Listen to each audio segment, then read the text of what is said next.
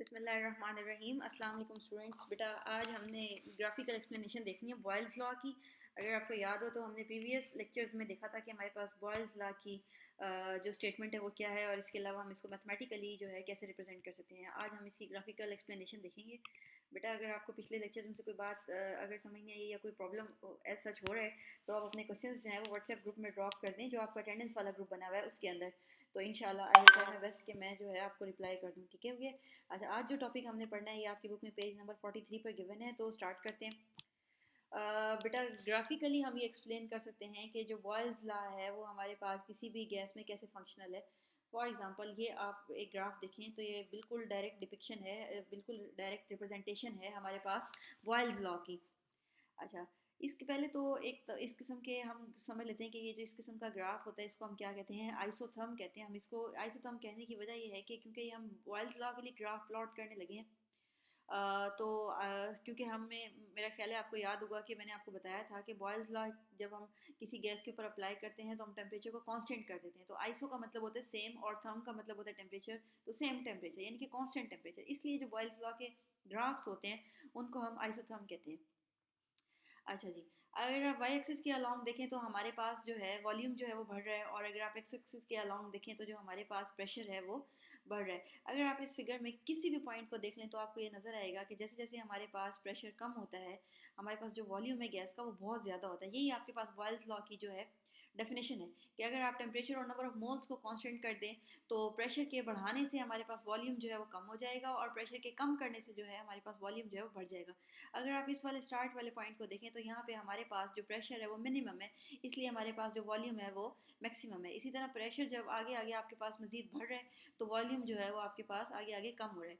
अगर आप इसी जो डॉट है, किसी भी एक डॉट को अगर आप वाई एक्सिस से कनेक्ट कर देंगे तो ये आपके पास उस पॉइंट पे जो गैस का जितना वॉल्यूम है वो आ जाएगा, और अगर आप एक्स एक्सिस से उसको कनेक्ट कर देंगे तो उस पॉइंट पे जितना आपके पास प्रेशर है वो आ जाएगा। तो इस तरह किसी भी पॉइंट को आप देखें तो जितना प्रेशर कम है, यहाँ जीरो की साइड हमारे पास लेफ्ट साइड पे प्रेशर जो है वो कम है, तो आपको वॉल्यूम जो है वो ज़्यादा नज़र आएगा। इसी तरह जैसे जैसे हम राइट साइड की तरफ मूव करते हैं ग्राफ में, प्रेशर हमारे पास बढ़ रहा है तो वॉल्यूम अगर आप देखें तो बिल्कुल लो से लो होता जा रहा है। तो यही हमारे पास एक्सप्लेनेशन है बॉयल्स लॉ की, कि अगर आपके पास टेम्परेचर जो है कांस्टेंट है, जैसा इस केस में हमारे पास 0 डिग्री सेल्सियस है, उस केस में हमारे पास गैस का जो वॉल्यूम है वो कम हो जाएगा अगर हम प्रेशर बढ़ाएंगे, और बढ़ जाएगा अगर हम प्रेशर कम करेंगे।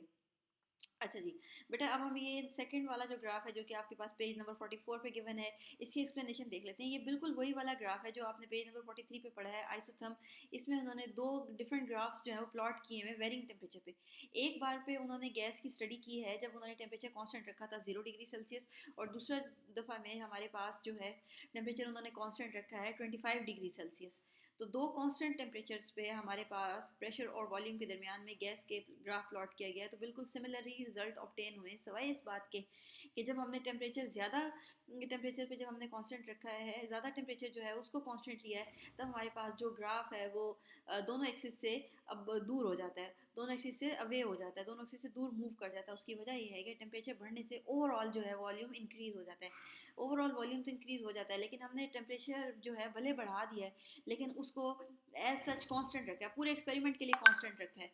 तो इस केस में अगर आप देखें तो 25 वाले सेल्सियस पे, जब 25 डिग्री सेल्सियस पे हमने जो है गैस की स्टडी की है, तो ग्राफ जो है ओवरऑल तो दोनों एक्सिस से दूर हो गया हुआ है, क्योंकि ओवरऑल जो गैस का वॉल्यूम है वो बढ़ गया है।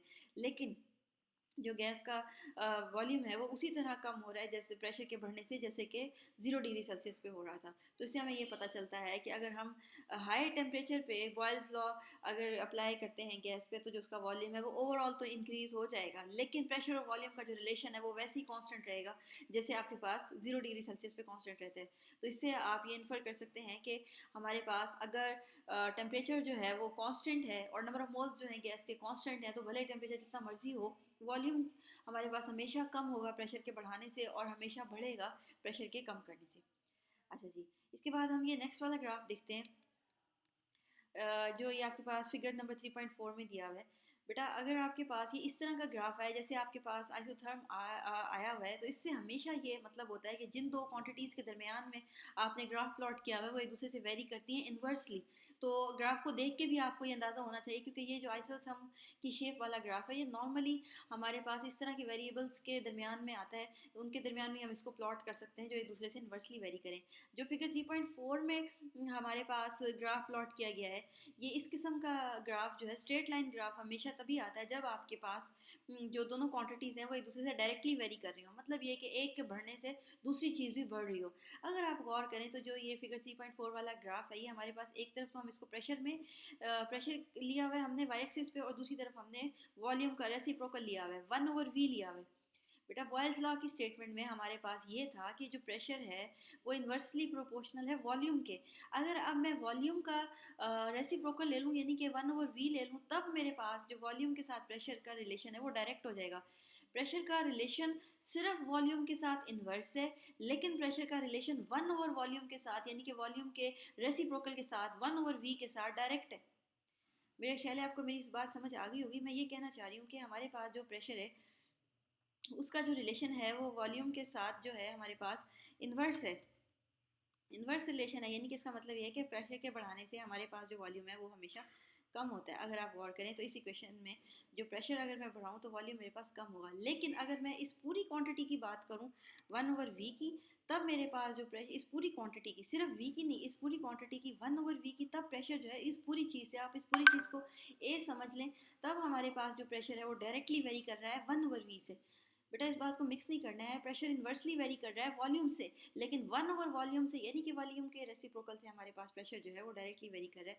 अगर आप पूरी इस 1/v की जो क्वांटिटी है इसको अगर आप a समझ लें, तो अब अगर आप देखें तो प्रेशर जो है वो डायरेक्टली वेरी कर रहा है a के साथ। तो ये वाला जो ग्राफ है ये आपके पास प्लॉट किया गया है 1/v और प्रेशर के दरमियान में।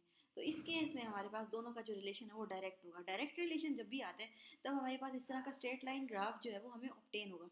इसका मतलब ये है कि अगर आप प्रेशर बढ़ाएं तो हमारे पास 1/v की वैल्यू जो है वो भी बढ़ जाएगी, और अगर आप प्रेशर कम करें तो 1/v की वैल्यू कम हो जाएगी। इस बात को वॉल्यूम और प्रेशर के डायरेक्ट जो इन्वर्स जो रिलेशन उससे मिक्स नहीं करना। प्रेशर के बढ़ाने से जो वॉल्यूम है वो हमेशा कम ही होता है, लेकिन प्रेशर के बढ़ाने से जो 1/v है वो भी हमेशा बढ़ेगा। तो ये ग्राफ जो है आपके पास फिगर 3.4 में ये वॉल्यूम के रेसिप्रोकल और प्रेशर के दरमियान में जो है प्लॉट किया गया। तो इन दोनों बातों को आपने मिक्स नहीं करना, ठीक हो गया। अच्छा जी, उसके बाद लास्ट वाला ग्राफ है, अगर आप इसको गौर से देखें तो इसमें हमने वाई एक्सिस के अलॉन्ग एक कांस्टेंट क्वांटिटी ली है, P V is equal to K, और एक्स एक्सिस के अलॉन्ग हमने लिया है प्रेशर। आपके पास जो भी प्रेशर हो और जो भी वॉल्यूम हो उसका जो रिजल्ट आएगा, अगर आपके पास टेम्परेचर और नंबर ऑफ मोल्स कांस्टेंट है, तो जो प्रेशर और वॉल्यूम का जो प्रोडक्ट है वो हमेशा कांस्टेंट आएगा। ये बॉयल्स लॉ की एक और डिस्क्रिप्शन है। जिस दिन हम बॉयल्स लॉ स्टडी कर रहे थे मैंने आपको ये वाली डेफिनेशन भी पढ़ाई थी कि अगर आप वॉल्यूम और नंबर ऑफ मोल्स को जो है कांस्टेंट रखते हैं, तब आपके पास जो प्रेशर और वॉल्यूम का, सॉरी, अगर आप टेम्परेचर और नंबर ऑफ मोल्स को कांस्टेंट रखते हैं तब आपके पास प्रेशर और वॉल्यूम का जो प्रोडक्ट है वो कांस्टेंट आएगा। इस बात को हमने इस फिगर से भी क्लियर किया था, क्योंकि इस फिगर में हमने सारी जितनी भी गैस के, हमारे पास जो गैस का सैंपल है, पूरे एक्सपेरिमेंट में हमने टेम्परेचर को कांस्टेंट कर दिया था 25 डिग्री सेल्सियस। उसके बाद हमने प्रेशर को बढ़ाया था आहिस्ता आहिस्ता। पहले हमारे पास 2 प्रेशर था और वॉल्यूम जो था तो 1 था, तो अगर मैं दोनों का प्रोडक्ट लूँ तो आंसर 2 आएगा, 2 इंटू 1 2। इसी तरह जब मैंने फिर प्रेशर को इंक्रीज़ कर दिया, 4 atm कर दिया, तो वॉल्यूम मेरे पास हाफ हो गया। तो अगर मैं 4 और 1/2 को मल्टीप्लाई करूँ तो आंसर फिर भी 2 ही आता है। इसी तरह जब मैंने प्रेशर को मज़ीद बढ़ाया, 6 कर दिया, तो वॉल्यूम जो है वो मेरे पास 1/3 हो गया। और इसी तरह तो अगर मैं 6 और 1/3 को मल्टीप्लाई करूँ तो आंसर मेरे पास 2 ही आएगा। तो मतलब ये है कि अगर नंबर ऑफ मोल्स और टेम्परेचर जो है वो कांस्टेंट हो, तब हमारे पास प्रेशर और वॉल्यूम का जो प्रोडक्ट है वो कांस्टेंट आता है। तो ये जो लास्ट वाला जो ग्राफ है आपके पास, इसमें हमने इसी चीज़ को एक्सप्लेन किया है कि अगर आपके पास टेम्परेचर और नंबर ऑफ मोल्स जो कांस्टेंट है, तब जो है प्रोडक्ट प्रेशर और वॉल्यूम का किसी भी गैस के लिए कांस्टेंट आएगा। तो इस तरह के ग्राफ को प्लॉट करने के लिए हम ये हॉरिजॉन्टल लाइन जो है वो स्ट्रेट जो है लगाते हैं, क्योंकि प्रेशर के बढ़ने से हमेशा हमारे पास प्रेशर और वॉल्यूम का जो प्रोडक्ट है वो कांस्टेंट आएगा। बेटा ये ग्राफ की एक्सप्लेनेशन आपको आनी चाहिए।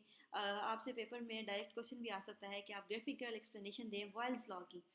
4 मार्क्स का कोई क्वेश्चन ऐसा चाह सकता है लॉन्ग में। इसके अलावा आपको कोई भी इनमें से ग्राफ दिया जा सकता है और आपसे कहा जा सकता है कि इसको जनाब जो है वो आप एक्सप्लेन करें। जितनी बातें सारी मैंने बोली हैं, ये ग्राफ जो पैराग्राफ वाइज जो हैं, हर ग्राफ की आपकी बुक में ये लेफ्ट साइड पे ये जितनी थ्योरी लिखी हुई है इसमें यही बातें एक्सप्लेन की गई हैं। मेरा ख्याल है बेटे आपको ये बातें समझ आ गई होंगी। अगर आपको इस लेक्चर में से कोई प्रॉब्लम हुई है या कोई मेरी बात जो है समझ नहीं आई, या मैंने कोई पॉइंट स्किप कर दिया हुआ है, या इसके अलावा भी कोई इशू है, तो आप बच्चे मुझे बता दें व्हाट्सएप ग्रुप में। अटेंडेंस वाला जो आपका ग्रुप है उसके अंदर अपने क्वेश्चंस डाल दें, तो इंशाल्लाह I will try to answer them as soon as possible. और अगर आप यूट्यूब से ये लेक्चर ले रहे हैं तो वहाँ पे आप कमेंट्स में अपने क्वेश्चन ड्रॉप कर दें, तो इंशाल्लाह I will try my best कि मैं उनको आंसर कर दूँ। Thank you so much. अल्लाह हाफिज़।